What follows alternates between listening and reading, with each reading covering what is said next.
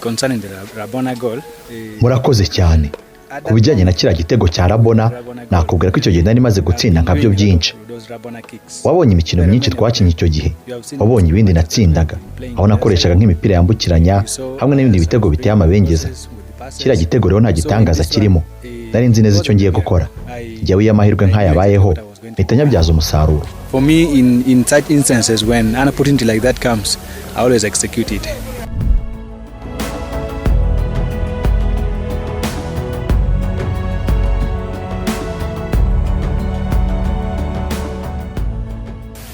Yeah, it wasn't a very easy transition.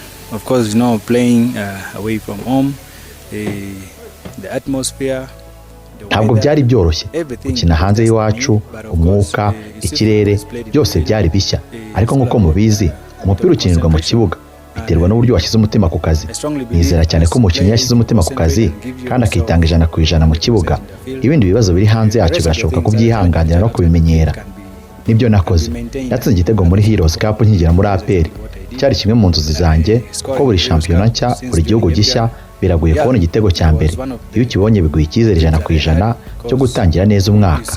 Byari byiza kuri njye. Country, it's always very hard to get your first goal, and always after getting the first goal, it gives you 100% confidence to kickstart the season, and it was a good one for me.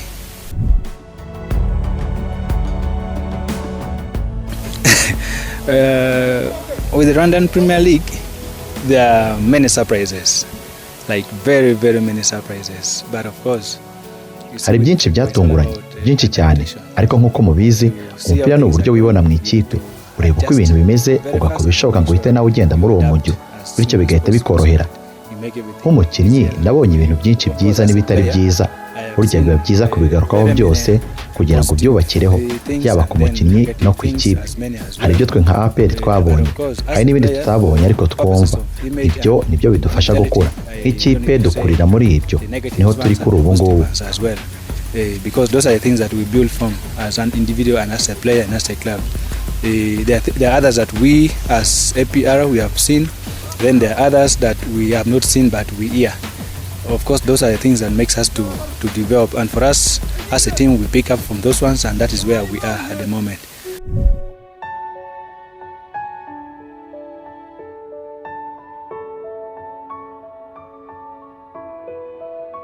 Yeah, beginning with the nursing. By the way, today is my graduation also. I was supposed to be there at duhereye ku buganga. Byongeye uyu munsi nibwo nagraduatinze. Nagakwiye kuba ndi mu Lago School of Nursing mu birori byo kurangiza, ariko kubera umukino uri hafi ntabwo nabashije kujyayo. Banatanga impamyabushobozi nabwo ntabwo nagiyeyo. N'ubu ndabirase, ariko byose biterwa nyine n'urukundo rw'ikipe. Those are different departments, and of course whenever you are in one department you make sure you do exactly what that field requires. With the department of nursing, that is life. You handle each and every patient accordingly. Ibyo byose ni ibintu bitandukanye biri mu kintu runaka, ugomba gukora icyo bigusaba. Mu buforomo ni ubuzima, ufata buri murwayi uko bikwiye. Mu magereza ya Uganda uko nashyiragamo umwambaro w'akazi, nahitagamo undi muntu mushya. Burya iyo wambaye umwambaro w'abashinzwe umutekano bihita bigusubiza muri bya bihe muri kwikosa. Rero icyo navuga ni uko ugomba kwisanisha n'ibyo urimo muri ako kanya. Mu mupira hari ibintu bitatu, ariko byose ni uguhuza. Ubu naramenyereye. Iyo ndi mu mupira nkora ibyo umupira usaba, iyo ndi mu magereza nkora ibyo agomba. Iyo hari igihe cy'ubuvuzi mfata ubuzima nk'ikintu gikomeye, ko umuntu ntabaho kabiri. Iyo ufata umurwayi ugomba kumufata nk'uko wifata, ko ubuzima bugiye ntibugaruka. Nuko mbigenza nanjye. It's time for doing the medical profession. I handle life seriously because someone doesn't live twice. As you're handling a patient, you make sure you're handling a patient with the care as you yourself, because once that life goes, it can never come back. That is exactly what I do.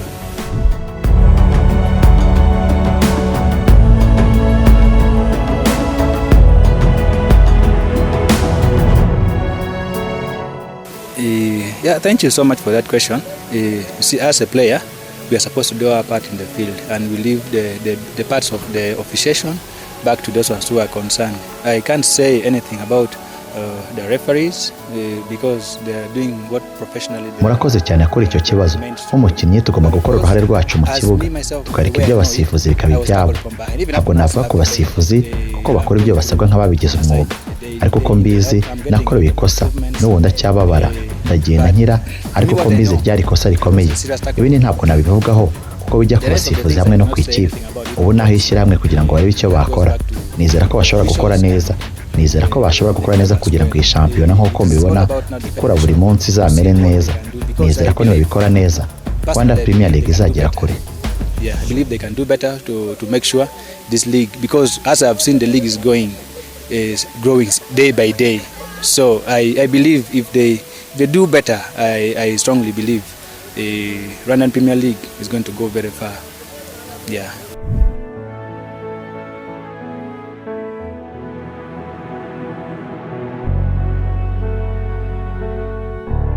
My goals also scares me. I can't deny that. My personal target scares me. Of course, I cannot say them out because you see, it's like what you have promised yourself. Sinabeshya nanjye iyo ntekereje ku ntego nihaye bintera ubwoba. Ntabwo nazivuga kuko ni nk'amasezerano umuntu aba yarihaye yaragiranye nawe. Iyo uzivuze birangira utazigezeho. Mfite intego nizera cyane, mbikoraho buri munsi, mu gitondo, nimugoroba, mu gihe cyanjye bwite ntegereje kuzigeraho. Iyo uzivuze ntabwo ziba zikiri intego, ni izanjye kandi ndakora cyane kugira ngo nzazigereho. Murakoze. It's no longer a goal. Yeah, they belong to me and I am working so much to make sure I achieve them.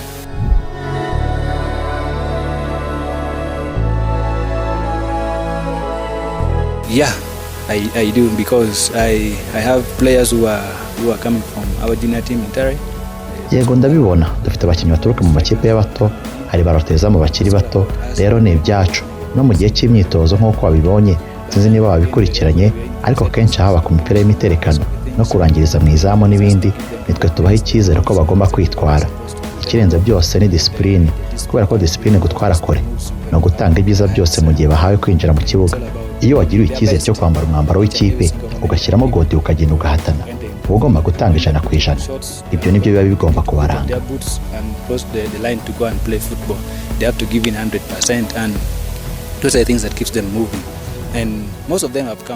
Benshi bajya bagaruka kunshimira kuko rimwe na rimwe usanga abandi bakinnyi bakuru babareba gusa, abandi bakanababwira nabi, ariko njyewe uko nshoboye iyo numvisha ibyo afata umwe ku wundi nkababwira ko ari bibi guca intege umwana ukiri muto. Ushobora kumusenya nk'umukinnyi muto ntazagaruke, ugomba kumutera inkunga. Iyo akosheje 1, 2, 3 cyangwa kenshi, niwe ugomba kumutera imbaraga zo kugaruka. Nibyo nkora buri gihe.